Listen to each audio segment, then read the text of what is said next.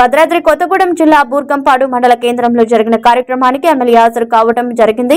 ఘనంగా అధికారులు కాంగ్రెస్ పార్టీ శ్రేణులకు ఆయనకు స్వాగతం పలికారు. ఈ సందర్భంగా ఆయన 29 మంది లబ్ధిదారులకు కళ్యాణ్ లక్ష్మి షాదీ ముబారక్ సంబంధించిన చెక్కులను పంపిణీ చేసిన ఎమ్మెల్యే పాయం వెంకటేశ్వర్లు సుమారు 1000 మందికి మండలంలో కొత్త రేషన్ కార్డులు మంజూరు జరిగాయి. ఆ పత్రాలను లబ్ధిదారులకు పినపాక శాసనసభ్యులు పాయం వెంకటేశ్వర్లు అందజేశారు. ఈ నియోజకవర్గానికి భారీగా నిధులు తెలంగాణ రాష్ట్ర ప్రభుత్వం అందజేస్తుందని, అలాగే ఇందిరమ్మ ఇల్లు రాని వారికి కూడా రాబోయే రోజుల్లో అర్హత పరిశీలించి తప్పకుండా ఇందిరమ్మ ఇల్లు తన కోటాలో అందజేస్తానని ఎమ్మెల్యే హామీ ఇచ్చారు. ఉన్నతాధికారులు ఫోన్ ట్యాపింగ్లు చేపించి అధికారుల ద్వారా ఎట్టి పరిస్థితుల్లో మన కాంగ్రెస్ రావడానికి వీల్లేదు. మన తెలంగాణ రాష్ట్రంలో మన కాంగ్రెస్ పార్టీ ప్రభుత్వానికి దక్కింది. ఇది మామూలు విషయం కాదు. ఎస్సీ వర్గీకరణ విషయంలో కానీ అక్కడ ఆఫ్ చేయించారు బీఆర్ఎస్ పెద్దలు.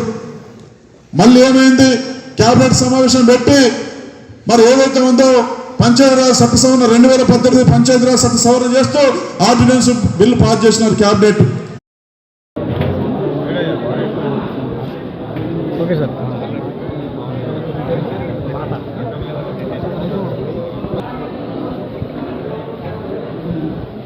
తెలంగాణ రాష్ట్రంలో ప్రజాప్రభుత్వం అధిక పేదల పక్షాన పినపాక నియోజకవర్గ ప్రజల తరఫున నా పక్షాన అభినందనలు ధన్యవాదాలు తెలియజేస్తా ఉన్నాను.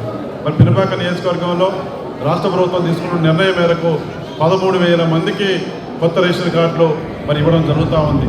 ఈ 13,000 మందికి కూడా ఇవాళ ఈ రేషన్ కార్డు ఉంటే అన్ని ప్రభుత్వ పథకాలు అందుకోవడానికి రేషన్ కార్డు చాలా అవసరం.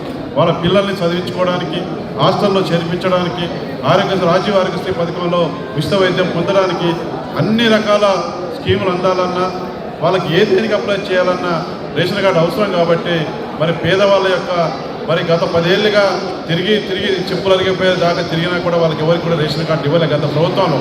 ఇవాళ గౌరవ ముఖ్యమంత్రి రేవంత్ రెడ్డి గారు పేదవాళ్ళ యొక్క బాధలు కష్టాలు చూసి ఇచ్చిన మాట ప్రకారం లక్షల మందికి తెలంగాణ రాష్ట్రంలో ఇవాళ రేషన్ కార్డులో కొత్త రేషన్ కార్డు ఇచ్చే కార్యక్రమం శ్రీకారం చూడటం అనేది పేద ప్రజలందరూ కూడా ఆనందం సంతోషంతో ఇవాళ సంబరాలు చేసుకుంటున్న సందర్భాన్ని మనం చూస్తూ ఉన్నాం.